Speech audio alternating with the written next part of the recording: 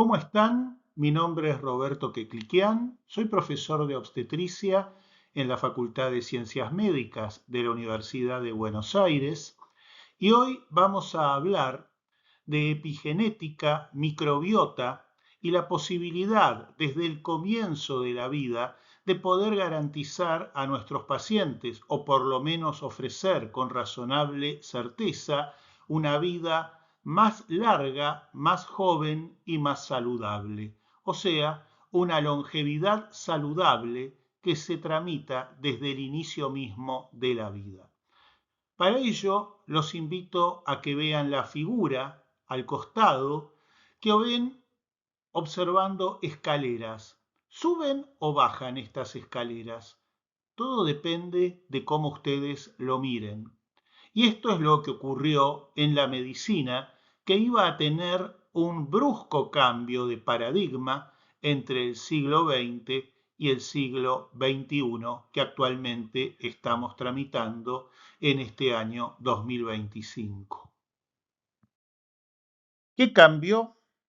En el siglo XX, fíjense que cánceres, trastornos metabólicos, distintas endocrinopatías, trastornos neurológicos degenerativos como el Alzheimer, otros, tendencias a trastornos cardiovasculares e hipertensión, se creían vinculados a nuestra genética, que era y se consideraba prácticamente inalterable en cuanto a cómo se leía. Solo podía alterarse ante un evento mayor, como podía ser radiaciones sumamente intensas, tales como las explosiones de Hiroshima y Nagasaki por bombas atómicas o la explosión de la central nuclear de Chernobyl. Sin embargo, luego del proyecto Genoma Humano, en el siglo XXI, sabemos que la influencia del ambiente, que se consideraba limitada en el siglo XX, es mucho mayor de lo que creíamos y que lo que se lee de nuestra genética no es nuestro genoma, sino nuestro epigenoma, que sí es variable y sensible en distintas etapas de la vida a factores ambientales que vamos a desarrollar.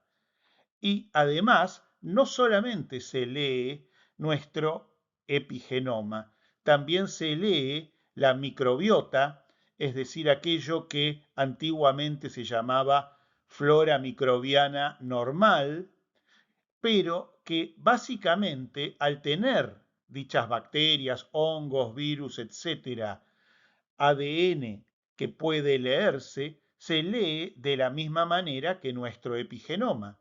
Estas dos lecturas determinan obviamente la codificación de proteínas y esas proteínas, para simplificar en última instancia, determinan quiénes somos, cuán sanos o cuán enfermos, cuán altos o bajos, cuán delgados o gordos y así sucesivamente. Veamos ahora qué es lo que se lee. Si ustedes observan en el modelo que llamamos Quecliquian-Coronel, pero que fue desarrollado junto con muchos profesores titulares y adjuntos de universidades públicas y privadas, tanto argentinas como hispanoamericanas, vamos a ver que hay dos círculos en su base, uno de color azul y otro de color morado, que representan epigenética y microbioma, el epigenoma y el microbioma. Esa base, la base de esos dos círculos, es lo que se lee y eso determina nuestra salud o enfermedad, y hoy sabemos que esto está fuertemente vinculado con las enfermedades crónicas que antes no podíamos determinar su etiología, y por otro lado también con nuestra longevidad, nuestro grado de salud, nuestro bienestar y otros elementos que hacen integralmente al concepto de salud. Sobre estos dos elementos, que son los que se leen, hay uno tercero que es muy importante, que ustedes ven como un círculo de color verde, que es la nutrición. En obstetricia vamos a analizar la nutrición materna y neonatal. la nutrición materno-fetal durante el embarazo y la que reciben el neonato, porque ellas impactan muy fuertemente en los primeros 1000 días de vida, tanto en el microbioma con el que va a nacer el niño, como con el epigenoma que se va a formar. En estos primeros 1000 días, que consisten en los 9 meses del embarazo más los 2 primeros años de vida, se va a determinar la calidad de nuestro epigenoma, que luego en la vida puede ser en parte modificado, pero en forma mucho más dificultosa. Mientras que tenemos una buena noticia. Si hemos heredado o tenemos determinado un epigenoma desfavorable, nos queda todavía comer saludable. ¿Por qué? Porque el círculo azul que tiene que ver con la microbiota se puede modificar constantemente a partir de lo que comemos. Somos lo que comemos. Por otra parte, tengamos presente que en el epigenoma del niño por nacer, de recién nacido y aún de cualquier niño o adulto, impactan factores ambientales de tipo físico, químico o biológico, es decir, pueden ser desde radiaciones, pueden ser factores tóxicos, disruptores endocrinos, etcétera. Puede haber también el virus COVID u otros tantos agentes biológicos a los que estamos expuestos. Y por otra parte, fíjense que otro de los globos verde claro dice factores psíquicos. Y así es. El bienestar de la embarazada, el bienestar de cualquier ser humano, pero especialmente el de la embarazada porque el feto es especialmente vulnerable a cambiar su epigenoma, impacta para bien o para mal en el epigenoma. Un buen epigenoma resulta en buena salud, un epigenoma desfavorable resulta en mala salud. Este grupo de profesores se reunió a partir de un proyecto que derivó en un método que bautizamos inicialmente INH y que finalmente se llamó y se llama innato. ¿Por qué innato? Porque nos planteamos que hoy por hoy cualquier profesional de la medicina necesita estar constantemente actualizado, conocer la innovación. ¿Por qué? Porque la medicina avanza rápidamente, duplica sus conocimientos en muy cortos periodos, pero además, como decía Sidney Barwell, decano de la Universidad de Harvard, una parte crece, pero hay otras que se vuelven obsoletas y usted en este momento no sabe cuáles de sus conocimientos se van a volver obsoletos, independientemente que ignora otros que se van a sumar. Por otro lado, debemos conocer la naturaleza, respetar lo que es la bioinnovación, es decir, una innovación amigable con la naturaleza, y por supuesto, esto implica también los derechos de la paciente y todo lo que tiene que ver con su autonomía y con una relación empática.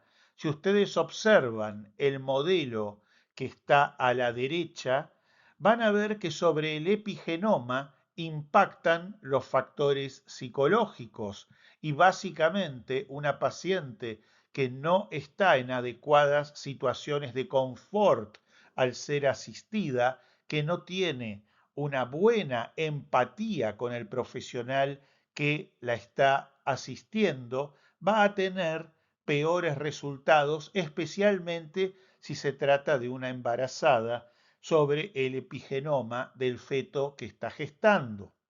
Y por último, la holística, el hecho de que la medicina nos obliga no solo a mirar el árbol, sino a mirar el bosque y fundamentalmente a mirar el árbol en el contexto del bosque para de este modo, a partir de un enfoque gestáltico, dar buenos resultados y diagnósticos y tratamientos apropiados.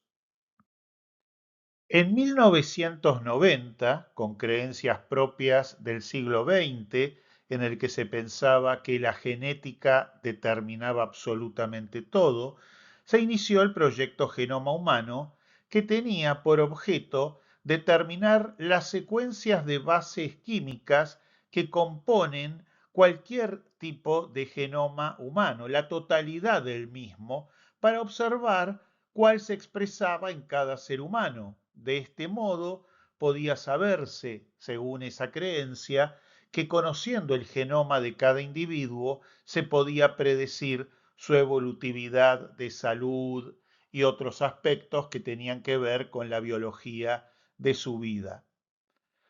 La decodificación fue exitosa ya a fines del año 2000. Bill Clinton y Tony Blair anuncian el borrador del proyecto Genoma Humano, que debía terminar en el 2005, concluye en el año 2003 con una sorpresa que preocupa y que destruye un modelo.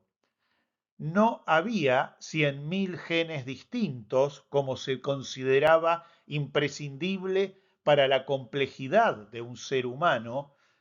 Había elementos como plantas que tenían más genes que los seres humanos, que tan solo tenemos 30.000. ¿Cómo entonces se podía explicar que un ser biológico tan complejo tuviera menos genes que algunas plantas? La respuesta se había planteado a fines de la Segunda Guerra Mundial por Conrad Hall Waddington, pero lamentablemente había sido olvidada de la misma forma que a fines de la Segunda Guerra Mundial Turing, que fue el padre de la inteligencia artificial, era relegado para dedicarse los estados a la carrera por las armas nucleares, y aquel que había ayudado a descifrar mediante los primeros esbozos de inteligencia artificial los mensajes de las máquinas Enigma de los nazis, termina solo inventando una rudimentaria computadora que jugaba al ajedrez, la Tour-Champ. Para que podamos entender qué es epigenética, vamos a utilizar una revista. Esto que ven aquí es una revista Rolling Stone. Ahora, supongamos que las palabras, las letras R, O, L, L, o sea, cada una de las letras que dicen Rolling Stone fuera una base, adenina, citosina, timina, guanina en cierto orden. Esto sería nuestra genética. Ahora bien, lo que Waddington planteó, y claramente hoy fundamenta la epigenética, es que lo que se lee es lo que efectivamente se sintetiza como proteínas. Ahora bien, si yo doblo esta revista, ya no se lee Rolling Stone, se lee Rolling. Las proteínas que sostienen a las bases, adenina, citosina, timina, guanina, pueden doblarse o desplegarse. Al mismo tiempo, ustedes pueden ver en gran cantidad de artículos que se habla de metilación, especialmente en aquellos que tienen que ver con patologías como cáncer, etc. Si yo coloco mis dedos delante de estas letras, nuevamente se lee otra cosa distinta. Estos dedos pueden estar simbolizando un grupo metilo que está anulando parte de la lectura. Y como se leen cosas diferentes, las proteínas que se sintetizan son diferentes y los resultados en salud y enfermedad resultan diferentes. Esto es sencillamente la explicación de la epigenética. En Clínicas Perinatológicas Argentinas, libros editados por ASAPER, Asociación Argentina de Perinatología, en ediciones ya del año 2015, ustedes pueden encontrar, y les vamos a dejar links a el sitio web donde pueden leerlo gratuitamente, todo un capítulo dedicado a epigenética y que especialmente aborda también el estudio Overcalix. ¿Qué es el estudio Overcalix? tal vez algo emblemático en la epigenética. Este pueblito que ustedes ven, una imagen aparentemente paradisíaca, es un pueblo sueco que está muy al oeste de Suecia y muy al norte.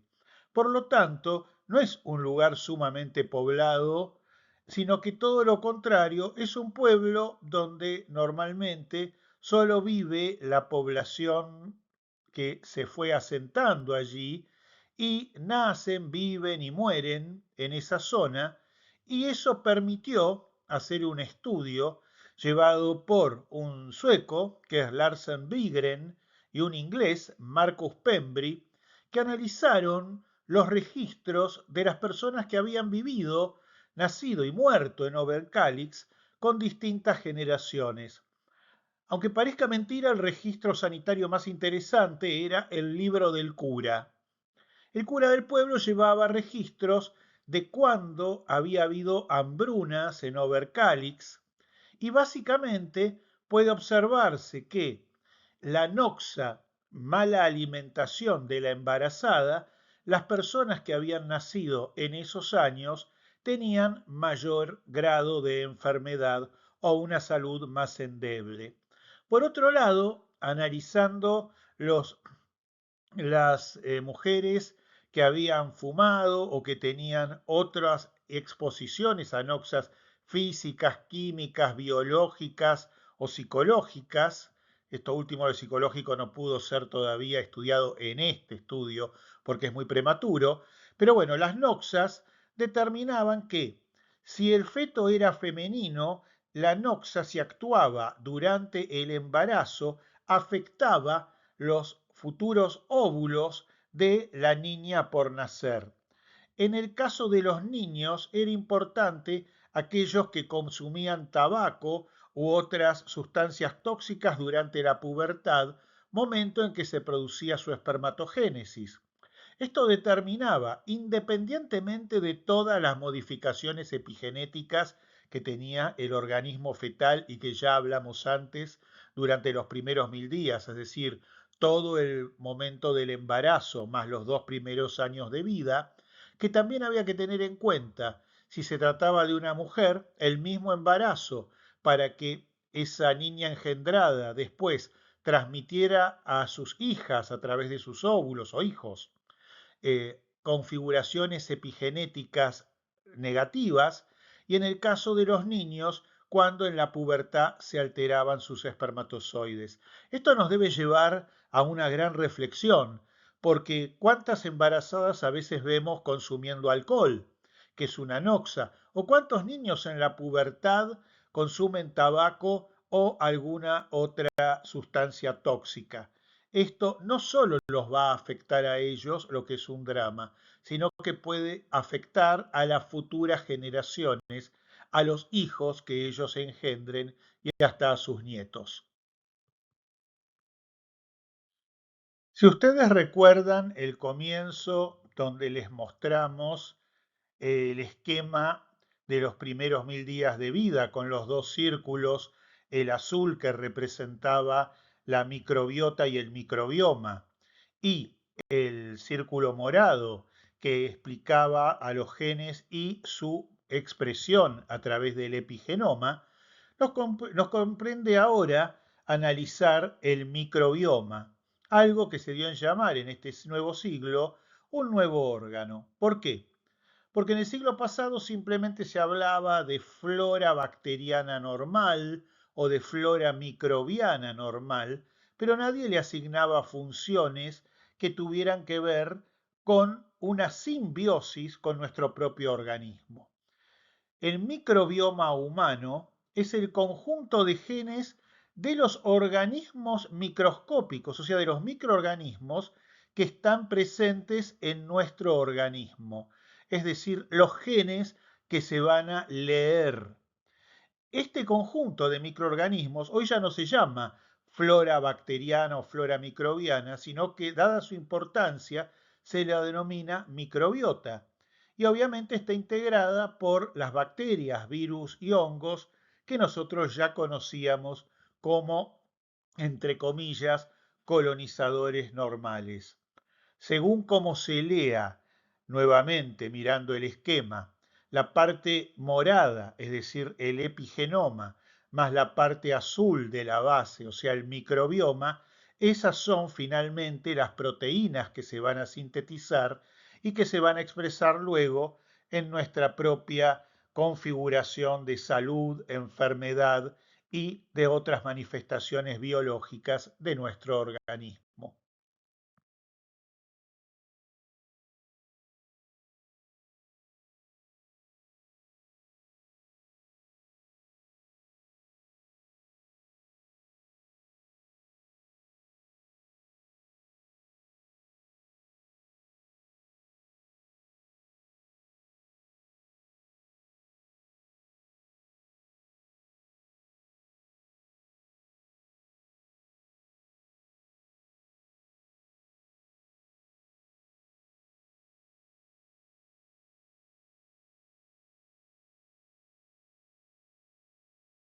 La lactancia materna obviamente es una forma de alimentación del recién nacido y va a tener una importancia crucial en la microbiota de ese niño que acaba de nacer.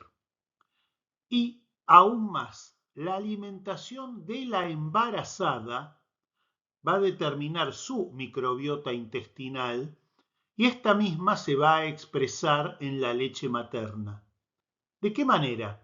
Obviamente los gérmenes no contaminan al recién nacido, como pueden leer en algunas publicaciones erróneas en Internet que llevan a la gente común no conocedora de bibliografía y obviamente no capacitada a cometer errores tremendos, como pensar que el niño al entrar en contacto con la materia fecal de la madre tiene algún beneficio. Obviamente no tiene ninguno.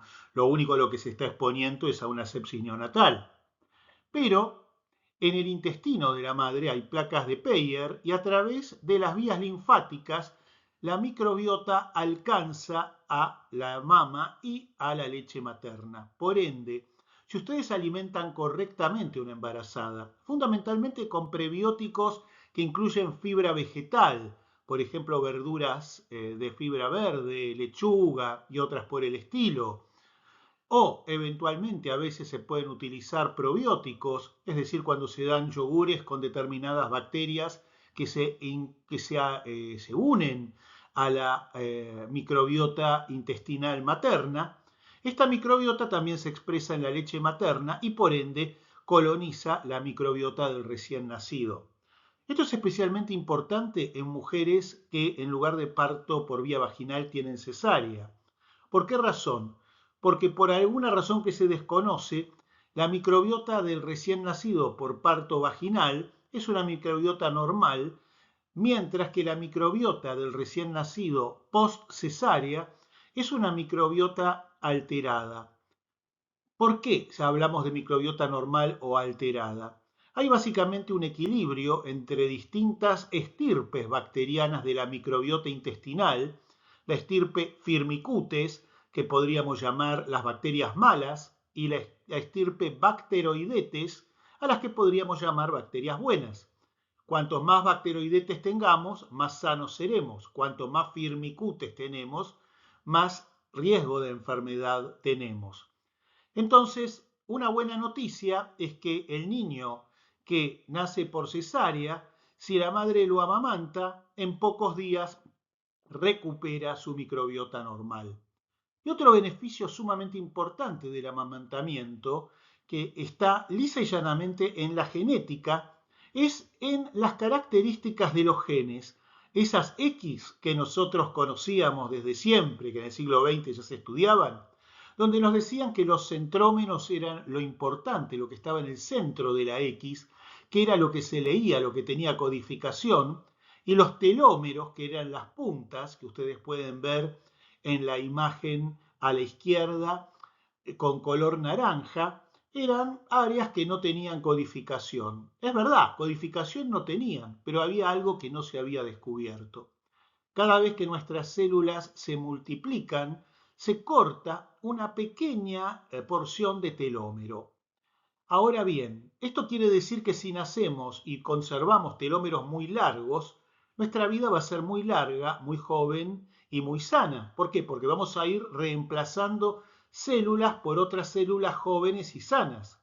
Cuando se agota el telómero, porque simplemente es como si fuera el hilo de un carretel que de a poquito lo vamos cortando, lo que nos queda es la senescencia. Ya las células no pueden ser representadas o cambiadas por células jóvenes y diría, como se decían años atrás, nos morimos de viejos. Estamos frente a la senescencia. Se considera hoy por hoy que el ciclo biológico normal se agotaría en 120 años.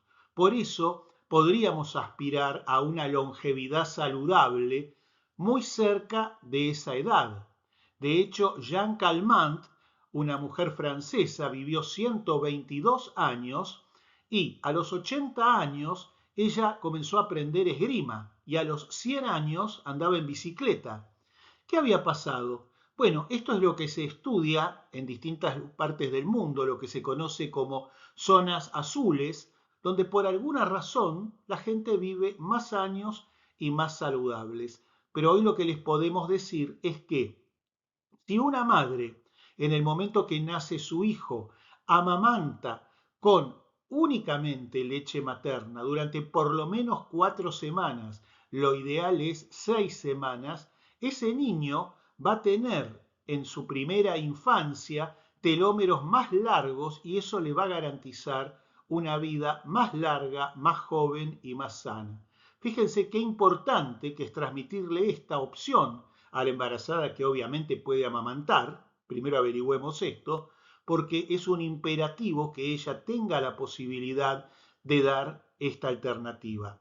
Esta y otras adelantos los solemos ver nosotros publicados, ya sea en mis redes sociales, en el canal de YouTube @innato, que pueden ver su nombre al pie de la pantalla, o en mi Facebook, mi página de Facebook, profesor doctor Roberto Quecliquian. Lo que están viendo justamente a la izquierda de la pantalla es una de las publicaciones que justamente habla de los telómeros. Nos piden que aportemos bibliografía en estas charlas. Es muy difícil aportar en este tema donde la bibliografía se mueve constantemente, una bibliografía actualizada en un video que va a quedar por algún tiempo, tal vez por años, y entonces los podemos referir a estos recursos y a través de mi propia página de Facebook hay un correo donde ustedes pueden dirigirse a mí en el caso que quieran consultarme, que con todo gusto les estaré respondiendo. Ya hablamos de la microbiota y su expresión genética, que es el microbioma, de los genes y el epigenoma, de cómo impactaba la nutrición, ya sea durante el embarazo, en el neonato y a lo largo de la vida en nuestra microbiota y con menor intensidad a lo largo de la vida y mucho más durante los primeros 1000 días en el epigenoma. Hablamos de factores ambientales, físicos como radiaciones, químicos como tóxicos o biológicos, enfermedades que podrían afectarnos. Y nos queda, por último, un factor a considerar, que es el factor psicológico. Nosotros en el proyecto Innato hacemos especial hincapié en el respeto y en la amorosidad, en la empatía, en todo parto y en todo seguimiento de embarazo. Esto no es solamente una cuestión de respeto de derechos humanos. Si ustedes leen el libro oficial de obstetricia de nuestra Facultad de Ciencias Médicas, van a observar que hay un capítulo escrito por quien les habla junto con la doctora Perla Prigozhin, donde aplicamos de que esto no es solamente un imperativo ético, es una necesidad biológica. Miren el esquema de arriba a la izquierda y lo van a entender. Si durante los primeros 1000 días está la embarazada expuesta o el recién nacido expuesto a estrés u otro tipo de factores de tipo noxa psíquica, esto va a afectar significativamente su epigenoma. Esto determinó que un biólogo celular norteamericano, que ustedes pueden ver arriba a la derecha con fondo azul, Bruce Lipton, que actualmente es profesor e investiga en la Universidad de Granada, en España, escribe un libro llamado Biología de la Creencia. No solamente somos lo que comemos, también somos lo que creemos. Quien está a la izquierda de estas dos imágenes es Martin Seligman, que fuera presidente del Colegio de Psicólogos de los Estados Unidos de Norteamérica, quien, entre otras publicaciones, se ha referido especialmente a la historia de las religiosas de las monjas de Milwaukee. No lo hablaremos aquí en extenso, pueden encontrar videos en las redes sociales donde yo explico específicamente la historia. Lo que podemos decir simplemente es que según la creencia positiva, el estilo de vida positivo y alegre que tenía una religiosa, o por el contrario, el estilo de vida y la creencia tortuosa que tenía otra religiosa autoflagelante, pese a que tenían la misma alimentación, hacían los mismos hábitos, tenían exactamente la misma vida y la misma, venían posiblemente de la misma raza, de las mismas clases sociales, es decir, prácticamente no había factores de confusión. Y sin embargo se observaba que según si se creía en positivo, se vivía en salud. Si se creía en negativo, básicamente la enfermedad predominaba. Esto nos llevó a que Bruce Lipton, en detalle, y lo explicamos en otros ámbitos, desarrollara su libro Biología de la Creencia, el cual también pueden encontrar y también recomendamos como bibliografía. En el proyecto Innato trabajamos profesores, como les había dicho, de distintos países. Y no todos somos médicos, ni obstetras, obstétricos, ni psicólogos. También tenemos expertos en educación. La doctora en educación Lidia Barbosa Norbis, que trabaja también aquí en Montevideo y aquí en la Universidad de Buenos Aires, dicta clases en el rectorado de la UBA, trabaja con nosotros específicamente en el desarrollo de las múltiples inteligencias en el ser humano. Del mismo modo que hasta aquí les explicamos que factores físicos, químicos, biológicos, el ambiente psicológico, la alimentación, todo esto determinaba el microbioma y el epigenoma, también nos enfocamos ahora en entender que ya desde el embarazo y hasta el inicio de la actividad preescolar, distintos tipos de estimulaciones oportunamente administradas pueden potenciar distintos tipos de inteligencias. Inteligencia racional, inteligencia emocional, inteligencia musical. Hay múltiples y se desarrollan en determinados momentos. Es muy largo y complejo el tema, excede lo que tenemos que charlar en esta clase, pero sí dejarles un mensaje. ¿Hay algo peor que un niño recién nacido maltratado? Parece increíble, ¿qué podría ser peor? Y es dejar a ese niño solo, sin ningún estímulo. Aunque les parezca mentira, los seres humanos necesitamos forzosamente en el momento que nacemos tener un contacto con alguien, con algo, con el cuidador. El vacío puede enloquecernos. Y hoy por hoy, en esta sociedad, donde a veces vemos madres que amamantan al niño y en lugar de mirar a sus ojos, están mirando la pantalla de un celular, desviando la mirada al costado, tenemos que tener mucho cuidado porque tal vez estemos fabricando una generación con severos problemas cognitivos y emocionales. Nos piden que les dejemos bibliografía. Por lo tanto, les estoy brindando acá, si bien la bibliografía es constantemente evolutiva, les estoy dejando dos artículos del año 2024 que pueden encontrar en forma gratuita porque son de acceso libre, simplemente copiando su nombre o parte de su nombre o por el DOI en PubMed, Medline. Y por otro lado, el acceso al capítulo original del año 2015 de Clínicas Perinatológicas Argentinas, que lo van a encontrar en el blog de ASAPER, asaperblogspot.com. Por otra parte, hay mucha bibliografía y material que he producido y pongo a vuestra disposición en el canal de YouTube del Proyecto Innato, @innato, así se ubica, y en mi página de Facebook, Profesor Doctor Roberto Quecliquian, la cual tiene una mensajería a través de la cual pueden contactarme y con gusto les estaré respondiendo. Podríamos seguir desarrollando múltiples conceptos. Hay demasiadas cosas por enseñar y explicar. Tal vez por agregar una más, recordar evitar el estrés en la embarazada. Estrés es cortisol y niveles elevados de cortisol implican menos neuronas en el feto y menos conexiones neuronales entre ellas. Tal vez consigan que nazca un niño aparentemente sano y años después, cuando está comenzando a desarrollar su actividad escolar, observen que tienen un rendimiento cognitivo menor.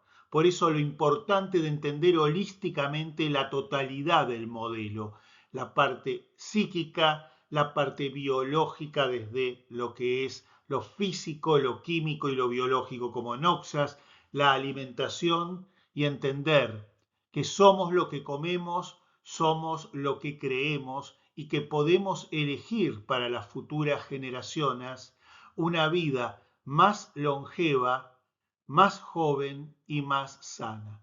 Muchas gracias a todos por haberme escuchado.